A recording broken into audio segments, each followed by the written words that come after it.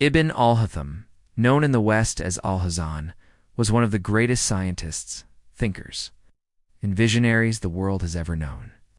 He was born around the year 965 CE in the city of Basra, located in present-day Iraq, during a time known as Basrat, the Islamic Golden Age. This was an era when knowledge was highly valued. Scholars were encouraged to study science, philosophy, mathematics, medicine, and astronomy. From a very young age, Ibn al-Haytham showed an intense curiosity about how the natural world worked. He was not satisfied with simple answers and constantly asked deep questions about light, vision, movement, and truth. As he grew older, Ibn al-Haytham received a strong education in mathematics, logic, theology, and philosophy. He studied the works of ancient Greek scholars such as Aristotle, Euclid, Ptolemy, and Galen. However, unlike many scholars of his time, he did not accept their ideas blindly. Instead, he believed that knowledge must be tested and proven. This belief would later make him one of the earliest founders of the scientific method.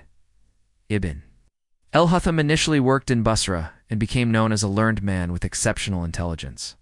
His reputation slowly spread across the Islamic world. He believed that science should serve humanity, and he was especially interested in solving practical problems. One of his most famous claims was that he could control the flooding of the Nile River in Egypt by building a large engineering structure. This bold claim reached the ears of the Fatimid Caliph Al-Hakim Bayamr, Allah, who ruled Egypt at the time. The Caliph invited Ibn al-Haytham to Cairo and gave him full authority to carry out his plan. Ibn al-Haytham traveled to Egypt with great confidence, believing that his knowledge could overcome any challenge. However, once he carefully studied the Nile River and its environment, he realized that the technology and resources of the time were not sufficient to complete such a massive project. This realization placed him in great danger, as disappointing the Caliph could result in severe punishment or even death to protect himself. Ibn al-Haytham pretended to have lost his sanity. The Caliph ordered him to be placed under house arrest. While this might seem like a tragic end to his ambitions, it became the most productive period of his life. Confined to his home, Ibn al-Haytham dedicated himself completely to study, experimentation, and writing. Free from political pressure, he focused entirely on discovering the truth. During this period, Ibn al-Haytham conducted revolutionary experiments on light and vision. Before him, most scholars believed that the eyes emitted rays that allowed people to see objects. Ibn al-Haytham rejected this idea. Through careful observation and experimentation, he proved that vision occurs when light reflects off objects and enters the eyes. This discovery changed the understanding of vision forever. He experimented with mirrors, lenses, shadows, and refraction. One of his most famous experiments involved a dark room with a small hole, later known as the camera obscura. He observed how light passing through a tiny opening projected an inverted image on the opposite wall. This experiment laid the foundation for modern photography and camera technology. Ibn al-Haytham documented his findings in his greatest work, the Book of Optics. This book was unlike anything written before. It did not rely on assumptions or philosophical arguments, but on experiments, measurements, and evidence.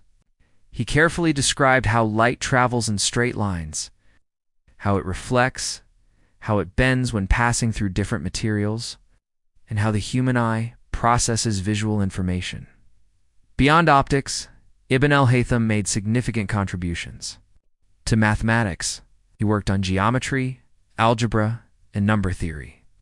His studies on conic sections and infinite series influenced later mathematicians and played a role in the development of calculus. In astronomy, he criticized the models of Ptolemy, arguing that astronomical theories must represent physical reality, not just mathematical convenience. Ibn al-Haytham also emphasized the importance of doubt in scientific research. He believed that a true scientist must question everything, including his own conclusions. He famously stated that the seeker of truth is one who doubts what he reads and follows evidence rather than authority. This philosophy became the foundation of modern scientific thinking. After the death of Caliph al-Hakim, Ibn al-Haytham was released from house arrest. He spent the rest of his life in Cairo, teaching students, writing books, and continuing his research. By the time of his death, around 1040 CE, he had written over 200 works covering physics, mathematics, astronomy, medicine, philosophy, and theology. Although many of his works were lost, those that survived traveled far beyond the Islamic world. Centuries later, his writings were translated into Latin and studied by European scholars during the Renaissance. Scientists such as Roger Bacon, Johannes Kepler, and Leonardo da Vinci were deeply influenced by his ideas. Kepler used Ibn al-Haytham's work to explain how images form on the retina, while Bacon praised him as the greatest authority on optics. Ibn al-Haytham became famous not because he sought recognition, but because his ideas transformed science itself. Today, he is remembered as the father of optics and one of the earliest pioneers of the scientific method. His legacy lives on in modern physics, engineering, medicine, photography, and even artificial intelligence vision systems. His life story teaches us that true greatness comes from patience, humility, and dedication to truth. Ibn al-Haytham proved that knowledge grows not from blind belief, but from curiosity, experimentation, and courage to question the world.